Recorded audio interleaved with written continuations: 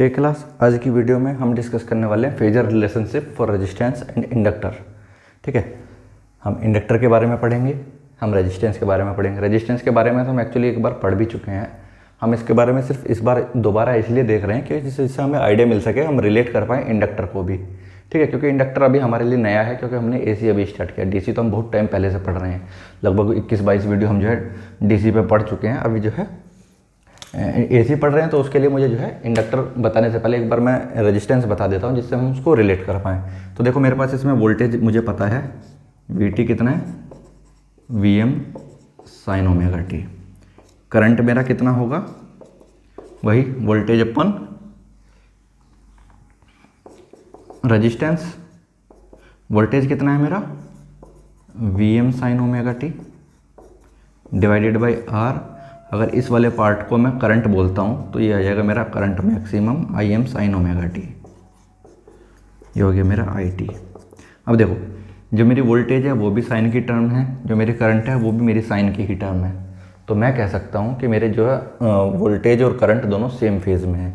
मतलब अगर मेरी वोल्टेज 0 डिग्री पे लाई कर रही है तो मेरी करंट भी 0 डिग्री पे ही लाई करेगी। करंट का एरो मैंने छोटा इसलिए बनाया क्योंकि नॉर्मली सर्किट के अंदर करंट की वैल्यू कम होती है, वोल्टेज की वैल्यू ज़्यादा होती है। ठीक है, तो जितना जिस एरो का लंबाई ज़्यादा उतना उसका मैग्नीट्यूड ज़्यादा। ठीक है, बेसिक सा रूल है।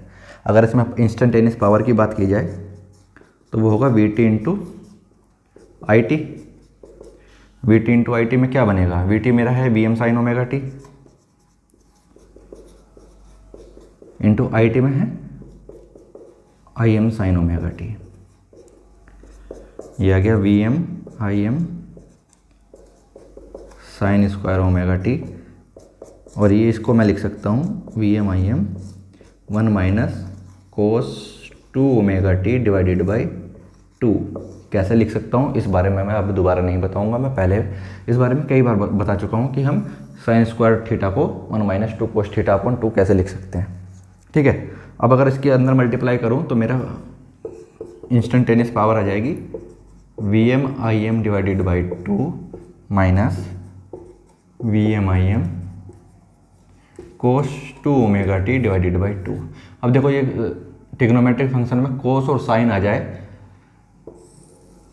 तो उसकी एवरेज वैल्यू 0 हो जाती है यहाँ पे। अब देखो इंस्टेंटेनियस वैल्यू है, अब मेनली हमारे लिए काम की होती है एवरेज पावर, पी एवरेज।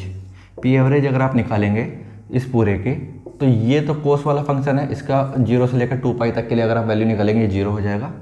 इसकी एवरेज वैल्यू इतनी ही रहने वाली है, चाहे तो आप निकाल कर देख लो 1/2 पाई इंटीग्रेशन 0 से लेकर 2 pi P T D T, 1/2 pi integration 0 से 2 pi V M I M divided by 2 minus V M I M cos 2 omega T divided by 2 into D T. ठीक है, इसको तो 0 कर दें, कोई फ़ायदा है नहीं बार बार कैलकुलेट करने का। V M I M divided by 2 ये बाहर आ जाएगा, V M I M divided by 2 into 2 pi. ठीक है, अब अंदर क्या बचा, 1 का इंटीग्रेशन करोगे आप कितना आएगा, 2 पाई के रेस्पेक्ट में ये आएगा मेरा 2 पाई, 2 पाई से 2 पाई कैंसिल, ये बचा मेरा कितना, V M I M by 2। ठीक, इसको मैं लिख सकता हूँ V M by √2 into I M by √2। V M by √2 हो जाता है मेरा वी आर एम एस, और आई एम बाई √2 हो जाता है मेरा आई आर एम एस। यहाँ से मेरा पी एवरेज का फॉर्मूला निकल के आ जाता है। ठीक है, ये बेसिक सी चीज़ है जो हम रेजिस्टेंस में पहले पढ़ चुके हैं। ठीक है, सिर्फ रिवाइज कराने के लिए मैंने जो है एक बार फिर से बता दी है, जिससे हम कंपेयर कर सकें इंडक्टर के लिए। आपको क्या ध्यान रखना है कि पावर क्या बनी हमारी, आपको ध्यान रखना है वोल्टेज और साइन हमारे, वोल्टेज और करंट हमारी दोनों के लिए। इस वोल्टेज में भी साइनसोइडल फंक्शन ही आ रहा था जिसका फेज शिफ्ट कुछ नहीं है, और करंट में भी फेज शिफ्ट कुछ नहीं है। अब बात अगर हम इंडक्टर की करेंगे तो उसमें देखेंगे क्या डिफरेंस आता है। एक बार हमारा एक्चुअली बोर्ड थोड़ा छोटा है तो इसको मुझे रफ करना पड़ेगा। ठीक है, ये याद रखिएगा कि वोल्टेज और करंट दोनों सेम फेज में थे रेजिस्टेंस के लिए। अब बात करते हैं इंडक्टर की। इंडक्टर में हमें क्या दिया हुआ, करंट कितने दी हुई है, I M sine omega T. ये आ गई मेरे आई एम साइन ओमेगा टी। ठीक है, अगर मैं इसके लिए वोल्टेज निकालूँ, वोल्टेज का फॉर्मूला हमने इंडक्टर के लिए पढ़ा था, L D I by D T. ठीक है, एल तो एल है ही क्योंकि उसमें एल ही दिया हुआ है, डी बाई डी टी, और आई टी की वैल्यू मैं रख देता हूँ ये वाली, कितनी है, I M sine omega T. ठीक है, आई एम इंटू एल और D by D T bracket में आ गया साइन ओमेगा टी। टी के रेस्पेक्ट में अगर आप साइन ओमेगा टी का डिफ्रेंसिएशन करोगे कितना आएगा, आई एम एल साइन का डिफ्रेंसिएशन कोस ओमेगा टी, और इनटू में ओमेगा टी का डिफ्रेंसिएशन वो आ जाएगा मेरा कितना, ओमेगा। तो ओमेगा की मल्टीप्लाई और हो गई। ठीक है, अब ये वाला पार्ट मेरा, अगर मैं वोल्टेज की टर्म की बात करूँ, अगर मैं इसको मैक्सिमम वोल्टेज मान लूँ तो ये आ जाएगा मेरा V M cos omega T, V T यहाँ से आ जाएगा मेरा। ठीक है, अब इसमें ध्यान देने वाली बात यह है कि करंट मेरी साइन के फंक्शन में थी, लेकिन मेरी वोल्टेज मेरी कोस के फंक्शन में आई। ठीक है, अब इसको मुझे फिर से साइन का फंक्शन बनाने के लिए, आपको मैंने जब ट्रिग्नोमेट्रिक एक्सप्रेशन बताए थे उसमें बताया था कि मुझे साइन को कोस बदलना है, कोस को साइन में बदलना है, तो मैं क्या क्या कर सकता हूँ। एक बार मैं फिर से थोड़ा सा रिवाइज करा देता हूँ। देखो, इसमें तो सारे पॉजिटिव रहेंगे, इसमें सिर्फ साइन वाले पॉजिटिव हैं, इसमें सिर्फ कोस वाले पॉजिटिव हैं, इसमें टेन वाले पॉजिटिव। टेन का भी हमसे कुछ लेना देना नहीं है, तो साइन और कोस का लेना देना है। ये 90 प्लस और 90 माइनस, जब भी हम 90 प्लस या 90 माइनस करेंगे तो साइन कोस में बदल जाएगा, कोस साइन में बदल जाएगा। लेकिन अगर हम इसमें 0 प्लस या फिर 180 प्लस या माइनस करेंगे तो साइन साइन में ही रहेगा, कोस कोस में ही रहेगा। अब देखो हमें क्या करना है, साइन को कोस में बदलना है। ठीक, अब मैं अगर इसमें इस वाले टर्म में कोस में 90 प्लस थीटा करता हूँ तो साइन में बदल जाएगा और प्लस पॉजिटिव भी रहेगा, तो इसी को कर लेते हैं, V M sine omega T plus 90 degree. 90 degree को मैं पाई बाई 2 लिख दूँ तो कोई समस्या तो है नहीं, रेडियन में लिख देते हैं, बात तो वही है। ठीक है, तो यहाँ से मुझे क्या पता चलता है कि मेरी जो वोल्टेज है वो 90 डिग्री आगे चल रही है करंट से। वोल्टेज मेरी 90 डिग्री आगे चल रही है करंट से, या मैं बोल सकता हूँ कि मेरी करंट जो है 90 डिग्री पीछे चल रही है वोल्टेज से। ठीक है, अब क्योंकि इसमें हमने रेजिस्टेंस के लिए हमने वोल्टेज रेफरेंस में ले रहे हैं, इसमें भी हम जो है वोल्टेज ही रेफरेंस में ले लेते हैं। इससे क्या है कि एक तो कन्फ्यूजन भी नहीं होगा, दूसरा हम फ्रेम ऑफ रेफरेंस उसको लेते हैं जो नॉर्मली चेंज नहीं होता है। अब आप देखोगे हमारे घर में जितनी भी सप्लाई है उसमें वोल्टेज सबके लिए बराबर है। हर डिवाइस के लिए करंट अलग अलग है, जैसे कि हमारा हीटर के लिए करंट अलग है, बल्ब के लिए करंट अलग है, एलईडी के लिए करंट अलग है, फ्रिज के लिए करंट अलग है, लेकिन वोल्टेज सबको 230 वोल्ट ही मिल रही है। ठीक है, तो हम रेफरेंस में क्या लेंगे, वोल्टेज लेंगे। तो मैं कहूँगा यहाँ पे कि in pure inductor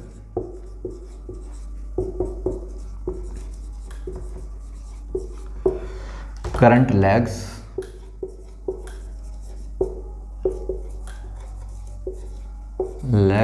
by voltage, lags voltage by angle 90 degree.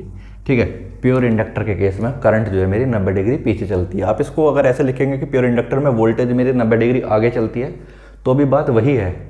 ठीक है, उसमें ये गलत स्टेटमेंट नहीं माना जाएगा, लेकिन हम सब में वोल्टेज ही रेफरेंस में ले रहे हैं। रेजिस्टेंस में लिया है, कैपेसिटर जब पढ़ेंगे तो उसमें भी हम वोल्टेज ही रेफरेंस में लेंगे, तो हम इसी को ध्यान में रखते हुए चलते हैं। इससे क्या होगा, कन्फ्यूजन कम होगा। तो इसका मतलब क्या होगा कि अगर मैं वोल्टेज यहाँ पे लेता हूँ तो मेरी करंट जो है इससे 90 डिग्री नीचे बनेगी, 90 डिग्री का डिफरेंस है। ठीक है, ये चीज़ आपको ध्यान रखनी है कि वोल्टेज के इंडक्टर के केस में मेरी करंट जो है 90 डिग्री पीछे चलती है। अब अगर बात की जाए इसके इम्पीडेंस की कि इसका इम्पीडेंस कितना होगा, वही Ohm's law V by I V T by I T. अब देखो वी टी के केस में वी टी की वैल्यू क्या है, वी एम की वैल्यू क्या थी, आई एम एल ओमेगा। इसको मैं लिखता हूँ I am into L into omega, और एंगल कितना था, 90 डिग्री एक्स्ट्रा था। तो उस 90 डिग्री के जो एक्स्ट्रा एंगल है उसको हम यहाँ पे लेकर चलेंगे। क्यों लेकर चलेंगे, क्योंकि ये एसी की बात हो रही है। डीसी के केस में हम सिर्फ मैग्नीट्यूड देख रहे थे। ठीक है, एसी के केस में मैग्नीट्यूड और डायरेक्शन दोनों देखी जाती है, तो इसमें अगर 90 डिग्री का एंगल फेज शिफ्ट है तो फेज शिफ्ट को लिखा जाएगा। करंट की क्या वैल्यू थी, आई एम साइन ओमेगा टी, तो साइन ओमेगा टी तो इसमें भी था, वो तो अलग है गया। इसमें बचा सिर्फ आई एम एंगल 0। ठीक है, आई एम से आई एम गया, ये एंगल 0 है, ऊपर 0 माइनस हो जाएगा, तो जेड कितना बचा, ओमेगा एल एंगल 90 डिग्री। देखिए जब हमने पोलर फॉर्म पढ़ी थी, पोलर फॉर्म में हमने कहा था कि अगर 90 डिग्री है तो हम उसको प्लस जे कंसिडर करेंगे किसी भी चीज़ का एंगल। ये हमने पढ़ा था कि वन एंगल 90 डिग्री है तो हम इसको इमेजिनरी कंपोनेंट करके जे मानेंगे। वन एंगल माइनस 90 डिग्री है तो इमेजिनरी कंपोनेंट माइनस जे माना जाएगा। ए प्लस जे बी की फॉर्म जब हमने पढ़ रहे थे, हम लोग ए प्लस जे बी की फॉर्म पढ़ रहे थे, ठीक है। तो आपको ध्यान होगा हमने जो है ये चीज़ कंसिडर करी थी। अगर आपको नहीं ध्यान है तो आप जो है वो वाली वीडियो एक बार देखिए एक बार फिर से, आपको समझ में आएगा, ठीक है। तो ये आ गया मेरा ओमेगा एल और ये आ गया जे। प्लस जे मुझे बताता है कि इसका एंगल 90 डिग्री पॉजिटिव है। अगर माइनस जे होता तो वो मुझे बताता है कि इसका एंगल 90 डिग्री माइनस में है, ठीक है। अब क्योंकि ये प्योर इंडक्टर की बात कर रही है तो उसको अलग से रिप्रेजेंट करने के लिए हमने एक सिंबल लिया एक्सएल, ठीक है। इम्पीडेंस तो पूरे सर्किट का ऑब्स्ट्रक्शन हो गया, जो कि हमारे पास अगर आरएल से सर्किट भी होगा तो भी हम उसको जेड ही लेंगे, लेकिन प्योर इंडक्टर की बात कर रहे हैं तो प्योर इंडक्टर के लिए हम उसको सेपरेट दिखाने के लिए हम एक अलग से सिंबल यूज कर रहे हैं जिसकी वैल्यू लेते हैं हम एक्सएल, और उसका फॉर्मूला क्या है, जे ओमेगा एल। यहाँ पे जे है प्लस 90 डिग्री का फेज शिफ्ट, ओमेगा है हमारा एंगुलर फ्रीक्वेंसी जिसकी यूनिट है रेडियन पर सेकंड, एल है हमारा इंडक्टेंस जिसकी यूनिट है हेनरी, ठीक है। मैं एक बार लिख देता हूँ, यहाँ पे जे की वैल्यू है वन एंगल 90 डिग्री पॉजिटिव, ठीक है। ओमेगा एल है हमारा 2 पाई एफ जिसकी यूनिट ये है हमारी एंगुलर फ्रीक्वेंसी,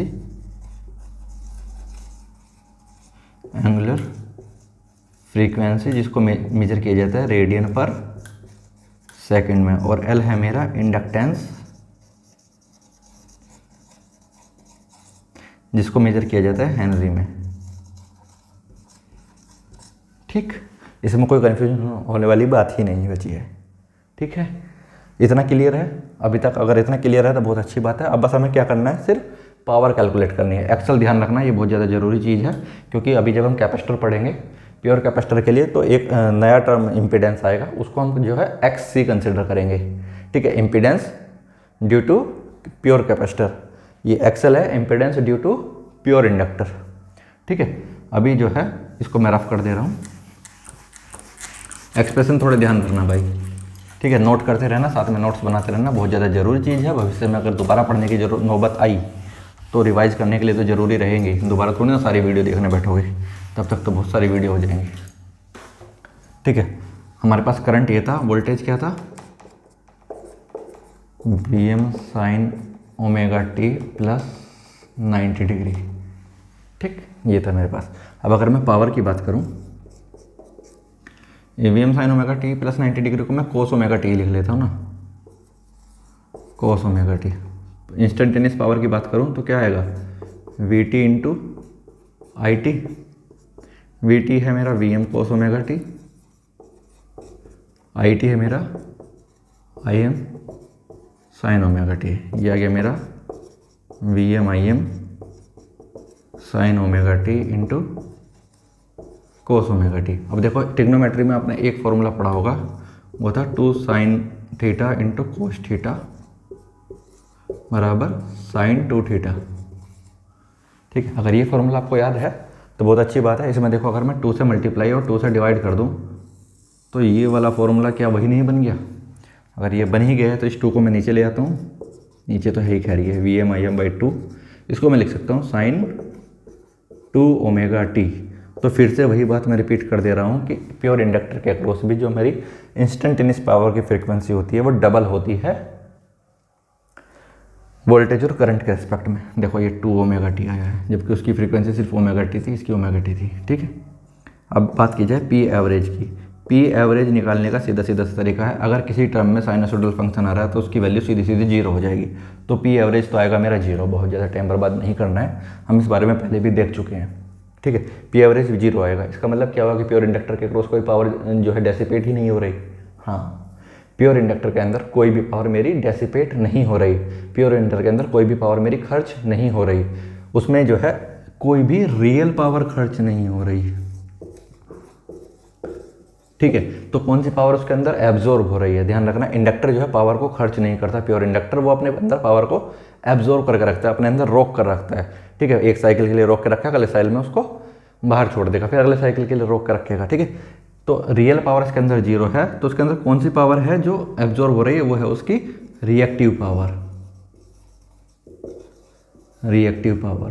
पावर के लिए हम अलग से एक डेडिकेटेड वीडियो रखेंगे, उसमें पूरी अच्छी तरीके से टाइप्स ऑफ पावर बताएंगे, क्या किस किस का क्या क्या फॉर्मूला आता है, वो सारी चीज़ें बताएंगे। अभी के लिए हम इतना समझ लेते हैं जितना हमारे सामने आ रहा है। रियल पावर की जो यूनिट है वो हमारी वाट है, इसकी यूनिट है हमारी VAR, वोल्ट एम्पेयर रिएक्टिव।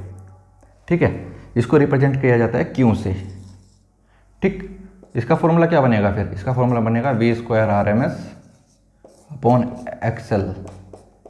ठीक है, इतना ही काफ़ी है। I²RMS × XL भी कर सकते हैं, उसमें कोई समस्या नहीं है। ठीक है, तो यहाँ से आपको दो चीज़ें ध्यान रखनी है। एक तो ये कि इंस्टेंटेनियस पावर की फ्रीक्वेंसी डबल होती है। दूसरा क्या ध्यान रखना है कि इंडक्टर में, प्योर इंडक्टर में करंट हमारी 90 डिग्री पीछे चल रही है, 90 डिग्री लैग कर रही है।